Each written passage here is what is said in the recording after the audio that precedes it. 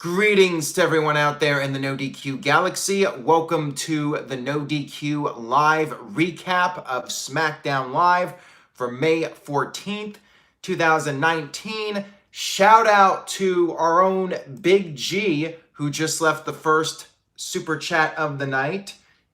He left $5. He said, here's the first super chat of the night. Big pimping, Big G in da house, word to your mother. Make sure you guys follow Big G at nodq.com/Big G. Where else would it be? Anyways, we have Smackdown from London, England to discuss. Like Raw, Smackdown did air on a slight tape delay. I will be giving my thoughts on Smackdown, and then afterwards I will be talking about the big news of the day, this apparent backstage account of what's going on between WWE, Vince McMahon, Triple H, and the creative team. There's a big story about this perhaps brewing. How accurate is it? Is it something that is legitimate? I'll talk about that in a little bit here, so stay tuned for that.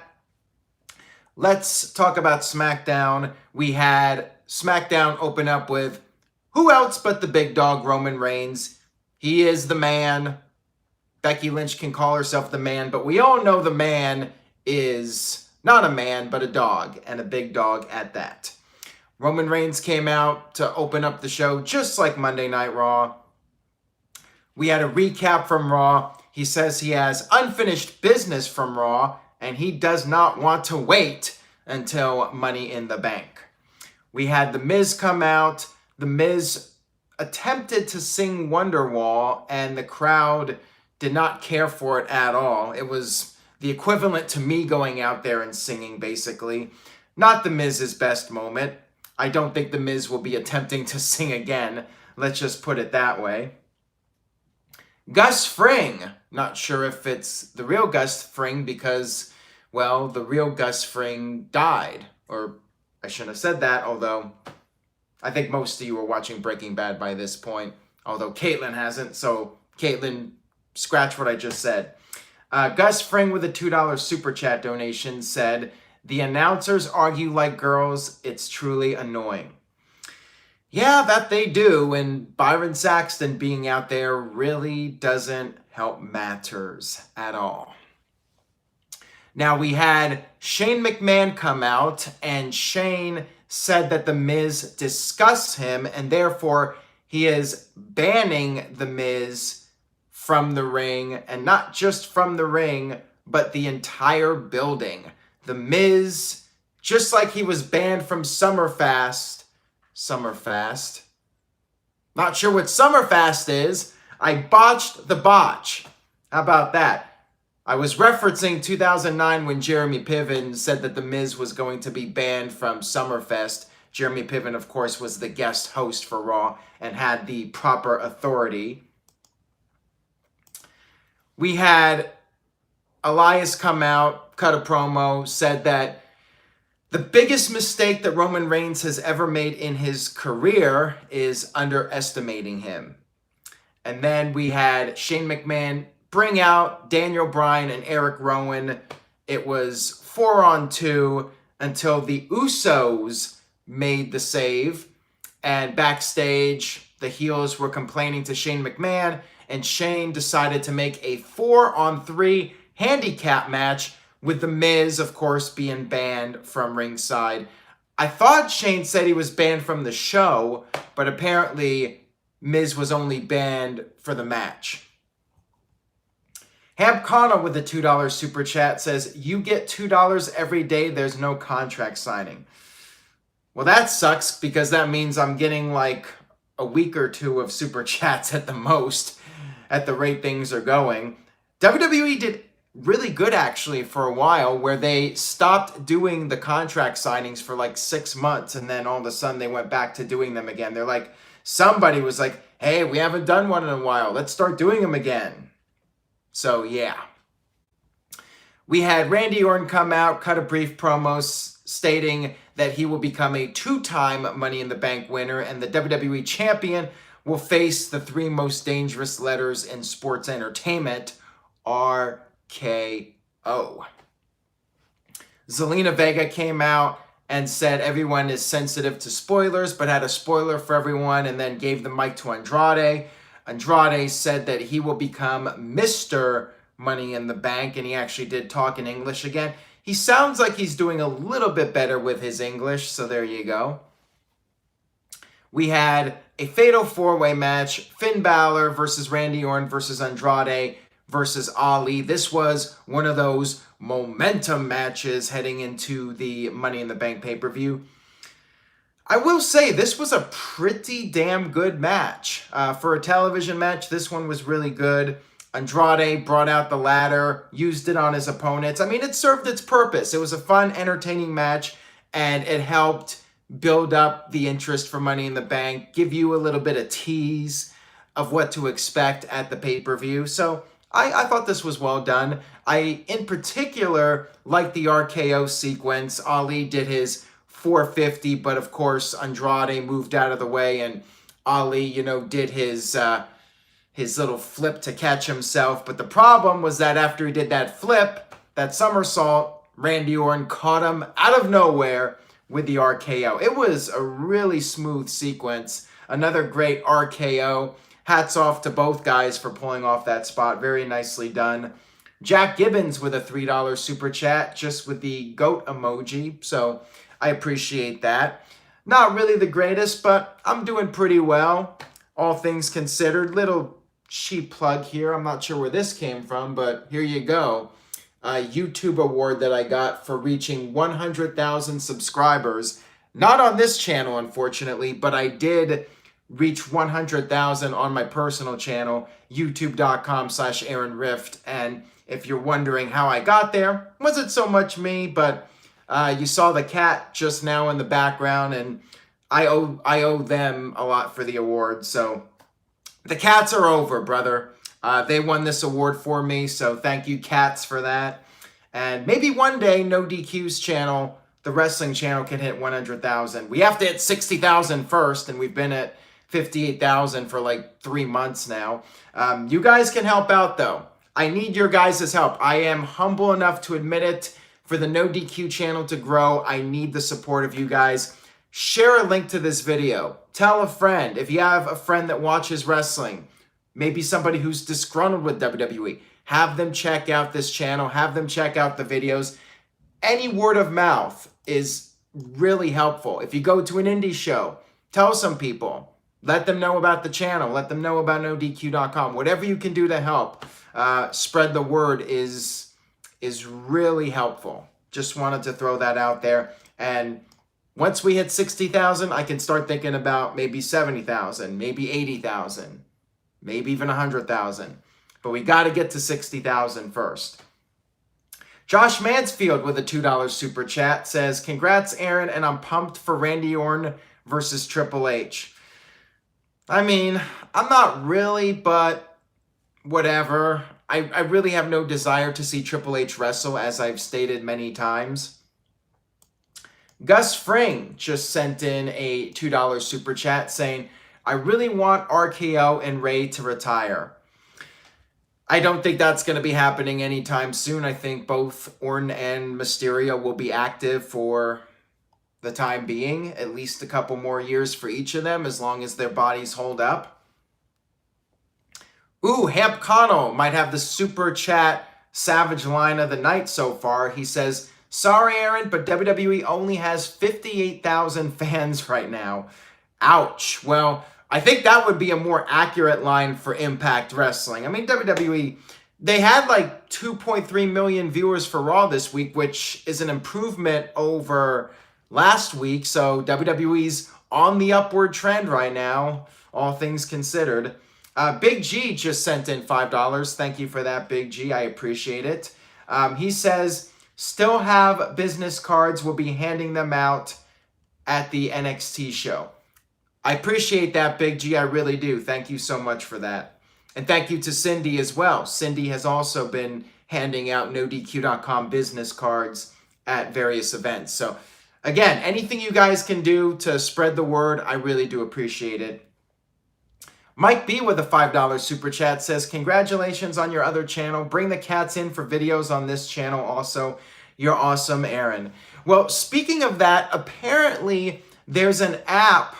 There's an app for everything, right? There's an app where I think you can upload a picture of your cat, and then it'll allow you to talk, and then it will animate the cat with your voice. So maybe that's what I have to do now. Maybe I need to transform into a cat and start doing review videos as a cat. One of my cats, preferably. Maybe that's the key to 100,000 subscribers. I got to change things up, you know. Got to compete with the Wrestle Talk TVs and the Brian Zanes. You know, they're the ones that are getting 200,000 subscribers. I gotta start moving ahead here. Maybe I gotta get a better camera. Maybe I gotta be more creative with the content. So maybe I gotta be a cat. Maybe that's the secret to 100,000 subscribers. So we'll see. I gotta start shaking things up here on the channel. So you guys might see some new material, some new concepts, because I really want to try to at least get to 60,000 sometime within the next year if possible. All right, moving on here. Let's get back to SmackDown before I start losing subscribers. I talked about the RKO, which was really cool. Andrade picked up the win. Pinned Finn Balor with the hammerlock DDT, and it's Andrade that gets that momentum for Money in the Bank. But hold on a second. Andrade was climbing up the ladder, rung by Dan Rung, by Dan Rung. Dan? Damn. Wow. I can't even talk. Maybe I need the English lessons at this point. Dan. I meant to say damn, but I said Dan. We had Ricochet run out.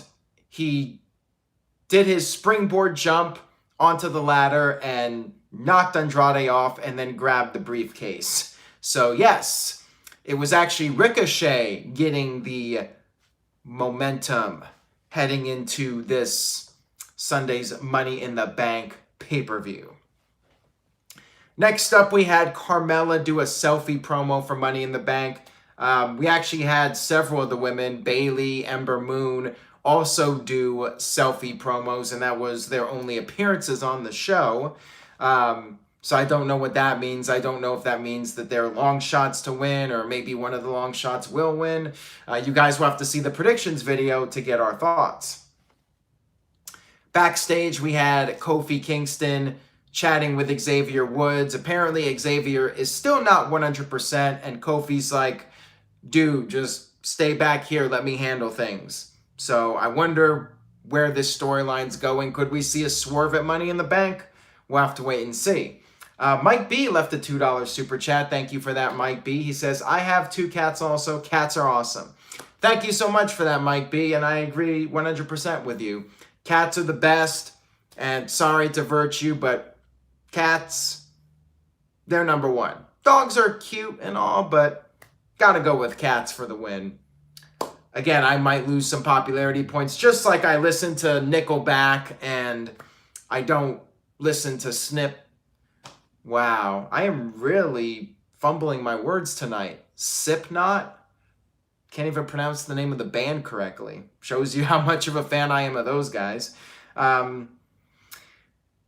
Let's see, where are we at now? We had Charlotte cut a promo. I'm just so excited about this award. I mean, that's really the reason why I'm stuttering so much tonight and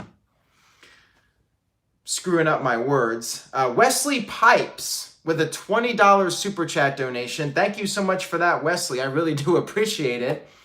He left no comment, but Wesley, feel free to leave a comment, anything you would like me to bring up in the video. You know, that's an amazing super chat, so thank you very much for that. We had Charlotte cut a promo. She came out to the ring, showed a recap from Raw. She said she will emerge victorious at Money in the Bank. Pretty much your standard promo here. And then she showed a video package which hyped up Charlotte versus Becky Lynch. And really that was all there was to this. I mean, it was just recap of Raw. Charlotte said like 2 lines, and then we had a video package. Then we had Lacey Evans cut a promo. This was a weird show, by the way. We had like 3 matches, I think. 2 of the matches were pretty long, and then we had a lot of promos on this show, hyping up Money in the Bank. So, kind of a throwaway show overall, but I was entertained by this SmackDown overall, and I'll give my letter grade here in a few minutes. Lacey Evans backstage cut a promo. She said Becky Lynch will have a new name at Money in the Bank. She will be known as Becky Black Eye. And, of course, same thing, Lacey proclaiming herself to be the new Raw Women's Champion. Pretty standard stuff. Speaking of standard stuff, we had another Aleister Black promo, did more of his Raven-like dialogue, saying that opponents will try to get inside his head, but they will not like the place that they tried to venture into. And a bunch of other stuff, quote Aleister Black, nevermore. Next up, we had Roman Reigns teaming up with his cousins, the Usos. I think it's been a while. I'm sure they've teamed up before, but I don't remember the last time they teamed up. It's been a while. Usos and Roman Reigns teaming up together against Shane McMahon, the best in the world.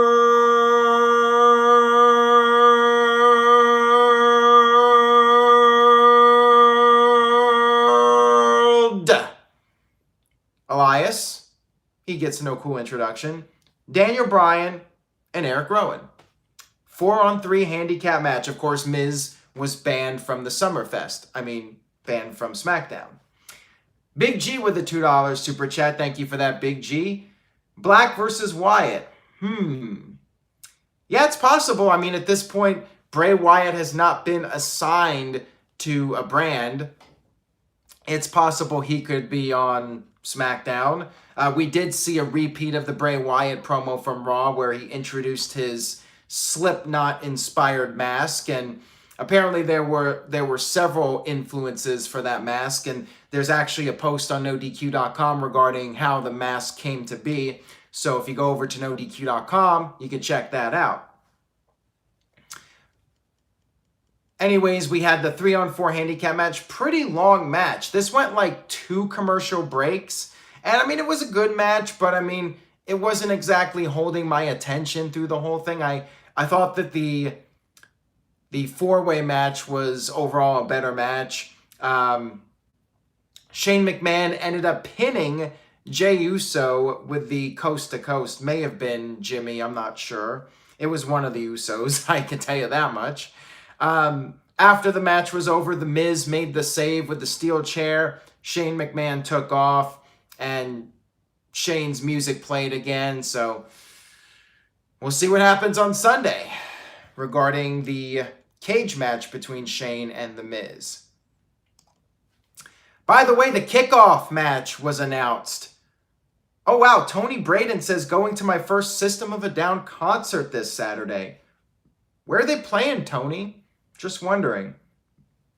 Because they rarely play in the United States these days, so anytime you get a chance to see them in the U.S., that's a pretty darn good opportunity to see them, because it's so rare that they play in the U.S. Most of their concert dates are outside the country these days. Chicago, apparently, so that makes sense. Duh, Chicago. I flew down to L.A. to see them last time they played, because, they're not going to play in the Pacific Northwest. I don't think they played up here in, 6-7 years or something.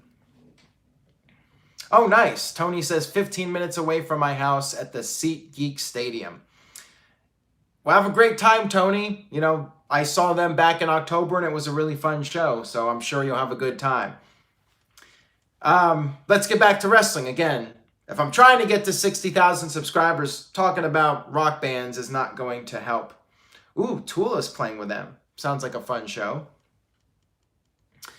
We had Paige cut a promo introducing Asuka and her partner, Kairi Sane. I think I forgot to talk about the kickoff match because I was so obsessed with System of a Down. So let's rewind here a little bit. Let's talk about the kickoff for the pay-per-view. Here we go. The Usos, not really a surprise there because Usos, they're pretty much the kickoff MVPs. They seem to be on the kickoff more times than the main card. We have the Usos versus Eric Rowan and Daniel Bryan. That's right. Daniel Bryan, former WWE champion, on the kickoff show. I'm guessing Noah is thrilled about this, though, because this means the cruiserweight match gets on the main card. So there you go. 205 Live matters. 205 Live matters more than the WWE Championship. There you go, Noah Foster. You got what you wanted all this time. Glasses on, because your 205 Live is on the main card, and the former WWE World Champion Daniel Bryan is on the kickoff. All the protesting paid off. Congratulations to the simple man, Noah Foster. Chris Mace is like, yes, yes, yes. 205 Live does matter. Big G's like, Aaron's gonna jinx it. I wouldn't be surprised either if, like, a day before the pay-per-view, or even WWE doesn't announce anything, they just throw the Cruiserweight match on the kickoff, and then Daniel Bryan's match is on the main card because fans complain. So, I mean, it's quite possible that'll happen. So, yeah, don't get your hopes up, I guess, until the pay-per-view's actually happening and the Cruiserweights are on the main card. Don't get your hopes up. So anyways, back to the Paige promo. Paige introduced Asuka and Kairi Sane as the Kabuki Warriors, which apparently was an Xbox game. So I wonder if WWE is going to be forced to change the name for possible copyright issues. That'll be interesting to see what happens with that. Kabuki Warriors. Yeah, maybe the name of the team gets changed to the Kabuki Experience next week. That would be funny. That would be quite amusing. And Noah, just like that. I mean, Noah was so satisfied. He had his glasses on, and now glasses off at the revelation of the Kabuki Warriors. Anyways, we had Paige refer to them as the future, and then Mandy Rose and Sonya Deville came out, Sugar and Spice and Everything Nice, or whatever they're called. I forgot the name of their team. It's some little pretty name. Mandy vowed to be Miss Money in the Bank, of course. And then we had a tag team match. The Iconics were on commentary for it. Oh, Fire and Desire. Thank you for that, Big G. That's the name of Mandy Rose and Sonya Deville. Marcus with a $2 super chat says, it should have been the Insane Empire. I like that name better than the Kabuki Experience, but yeah, that's Vince McMahon for you. I like Sugar and Spice for Mandy Rose and Sonya Deville. Anyways, we had a tag team match here. Iconics were on commentary. Asuka ended up pinning Mandy Rose to pick up the victory for her team, so a lack of momentum for Mandy Rose heading into the pay-per-view. I wonder if that means anything. TK with a $2 super chat. Thank you for that, TK. Says, Asuka no Kairi de Kabuki Warriors. Bat? I don't know. Go, I guess is what that means. You guys, if you guys really want to have a laugh at my expense, super chat me with words that are hard to pronounce, and then you'll have a really good time. Foreign languages, whatever.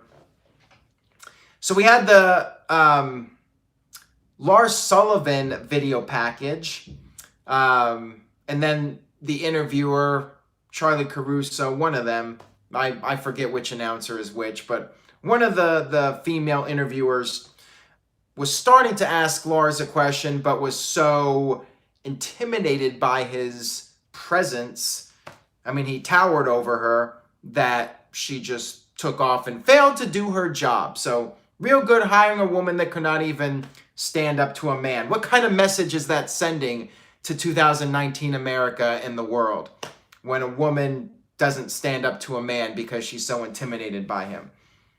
Interesting. Interesting that WWE would script that. Maybe it was Vince. In fact, it wouldn't shock me if it was Vince that came up with that segment. Mohammed Hassan with a $2.79 super chat. So I guess I can't get down on him too much for being negative all the time because he does super chat. So thank you for that, Mohammed. He says, SmackDown is garbage. Roman Reigns is uninspiring and boring. Well, I definitely think having Roman be on both shows is going to do him more harm than good. That's for sure. Hamp Kana with a $2 super chat. Okay, here we go.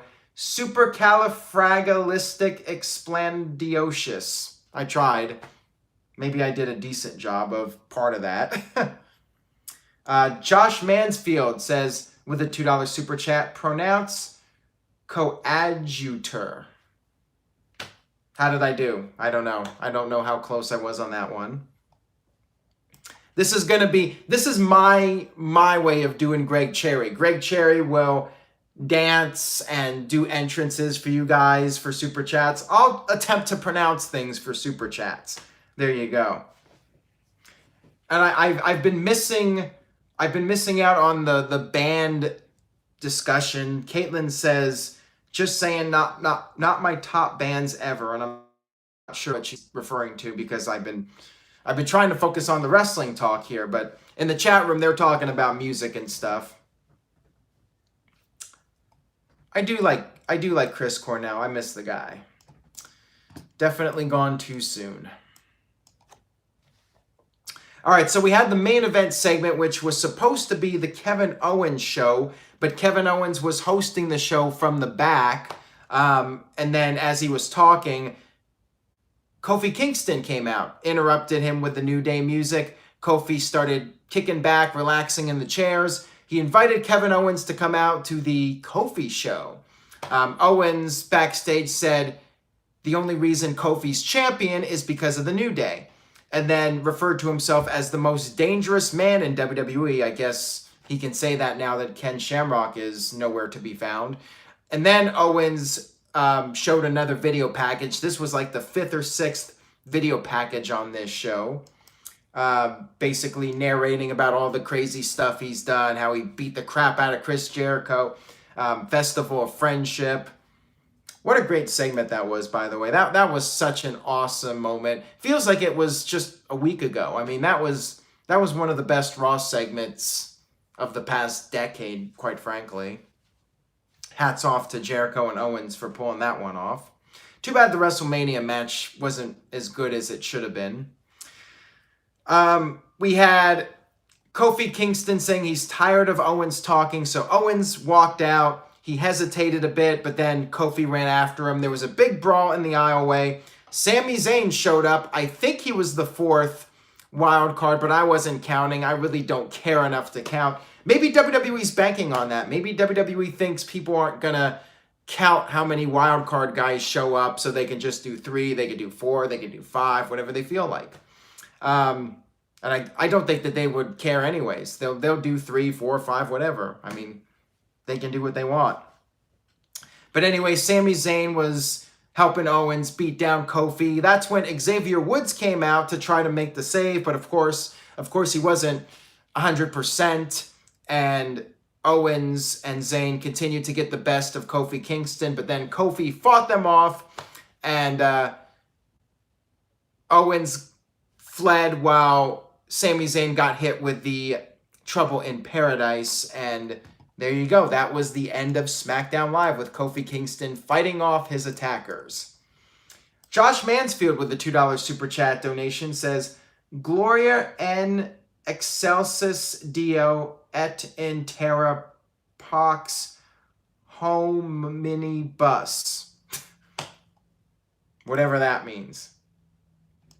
And then Mohammed Hassan with a $2.79 super chat says, Vince McMahon is not fazed by ratings, same old trash.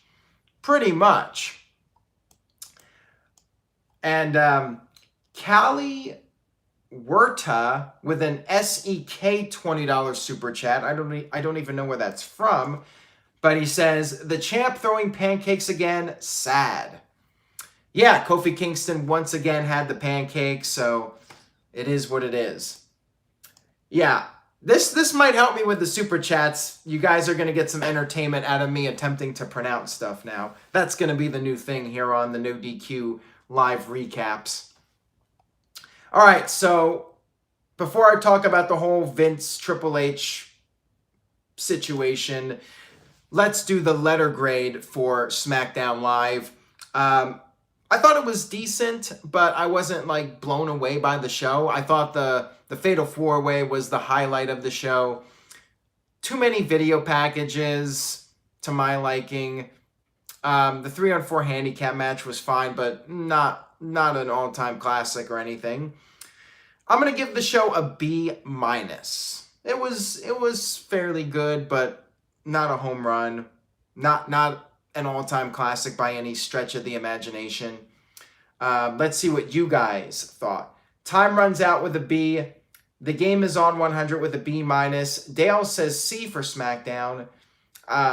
Tomas says, oh, hey, called it, whatever that means. Caitlin with a C. Noah with a B-. WWE hates NoDQ with a B-. Lewis with an F. Dr. Scorpio with a C+. Matt Helms with a B. Gus Fring with a B-. Marcus with a C+. And more faves with a C-. Muhammad Hassan, 0 out of 10. Wow, Muhammad Hassan did not like this show. And Royal Thomas says C for can do better. So a little bit mixed for SmackDown, much like Raw was, but not overwhelmingly bad letter grades other than the 0 out of 10 from Muhammad. Caleb says C+, you missed a super chat. Did I? All right, wait a minute. Let me go back here and see. I don't think I did, but maybe I did.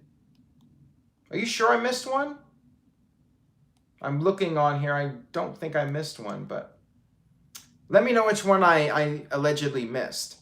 Anyways, the big story today is regarding Triple H, Vince McMahon. Chris May said I missed the super chat. Okay, which super chat did I miss? Before we move on here, I got to figure out whose super chat I missed. Because now I'm trying to think which one I missed. I scrolled through them and I'm not sure which one I missed. Somebody let me know which one I missed. Or are people just trolling me? Okay, I think people are just trolling me. Samir says fake news.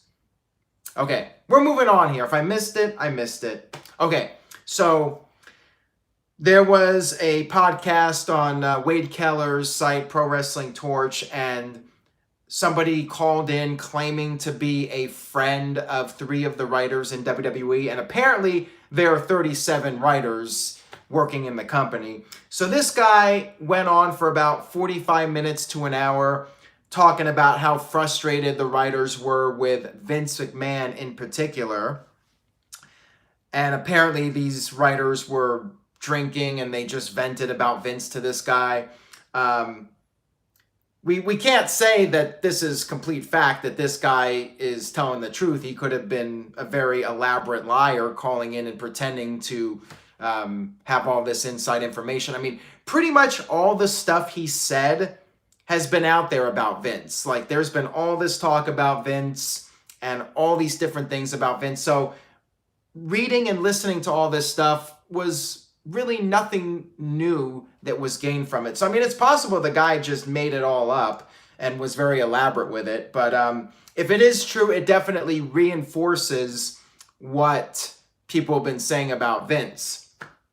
Muhammad Hassan just left a $2.79 super chat saying, I gave it 0 because too much Roman. Well, what about if there was a little bit of Roman? Would you give it like a 1 out of 10 at least?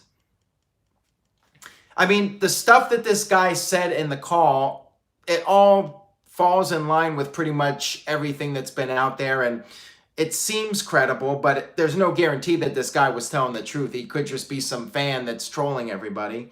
But yeah, one thing that has gotten people talking over the past week or so is Triple H apparently liked a couple of tweets that were critical of the WWE product.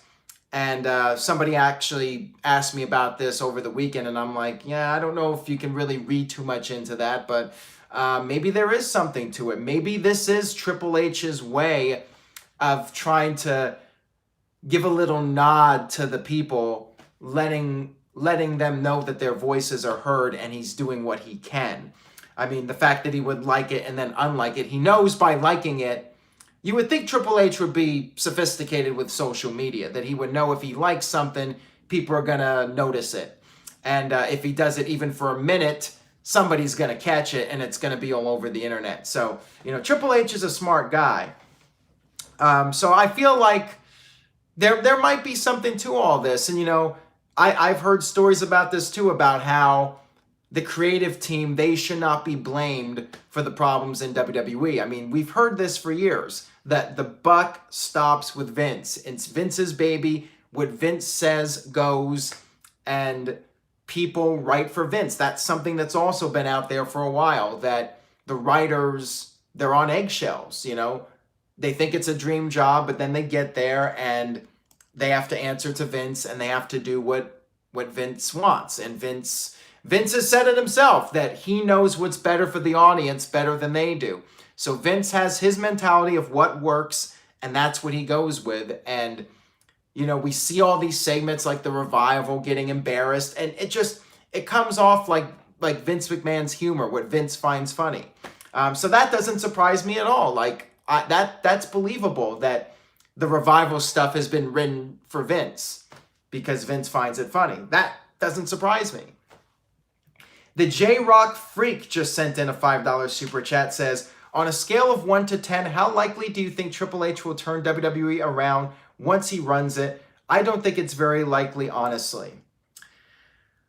Well, that's a very interesting question. That is the $1 million question, WWE. I mean, that's the other thing, too. Another claim that this person was making is that, according to the writers in WWE, Vince has no intentions on ever stepping down, which is something that's also been out there for a while. I don't want to wish any harm on Vince McMahon.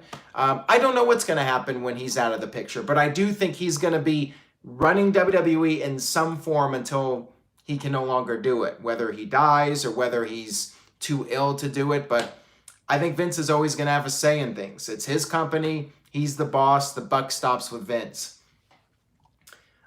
Mohammed Hassan with a $2.79 super chat says, I will like Roman Reigns if he puts over everyone and turns heel.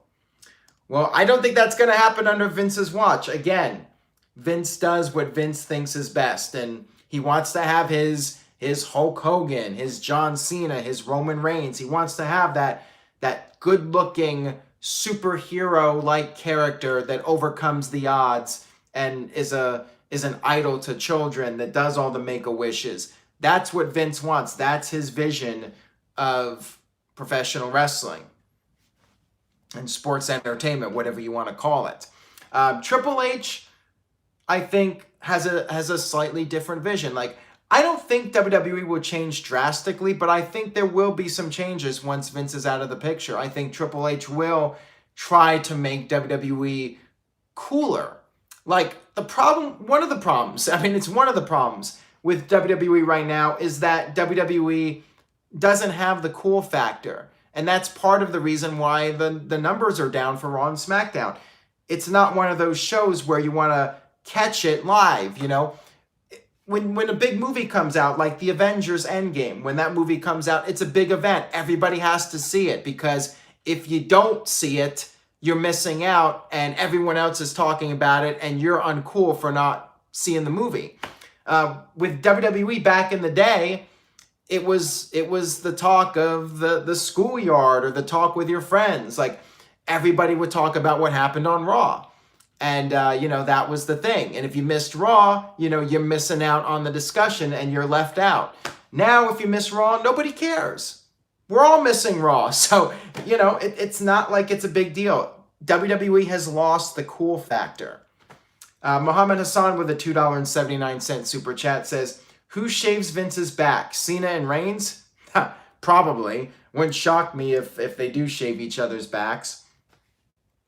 That's a good question. Maybe Maybe Vince has an intern that does it. I don't know. But yeah, that might be a funny question to ask Triple H someday. Like, do you know who shaves Vince's back? Because, yeah, it's kind of difficult to do it by yourself, you know? And Kayfabe Candy S says, it's not just his back, ...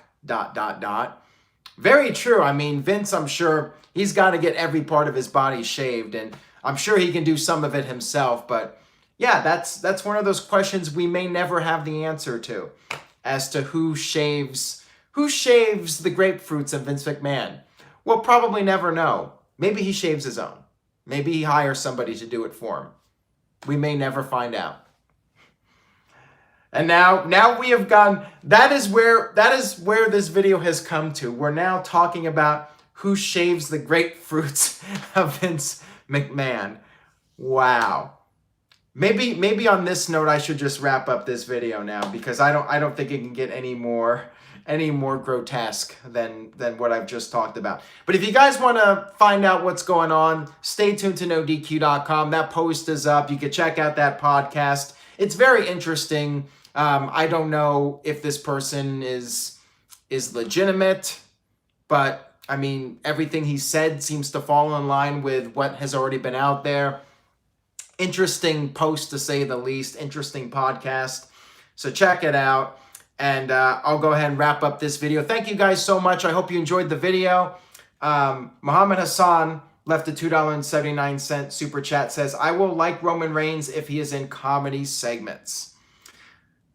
Well, I don't think he's going to be in any intentional comedy segments. Maybe a segment that's unintentionally funny. Caleb Jacobs said on Facebook, I apologize for something. Caleb, you're fine. You haven't done anything offensive to my knowledge, so no need to apologize for anything. All right, guys, so thank you so much for watching. Thank you for supporting NoDQ.com. Please spread the word. Let's try to get to 60,000 subscribers. That would be awesome. I would love that. So keep spreading the word. Do whatever you can. Have a great night, everyone, and I will see you soon. Stay tuned for the predictions for Money in the Bank. The ladies will also be doing it. Cheap plug for them. So check out all the predictions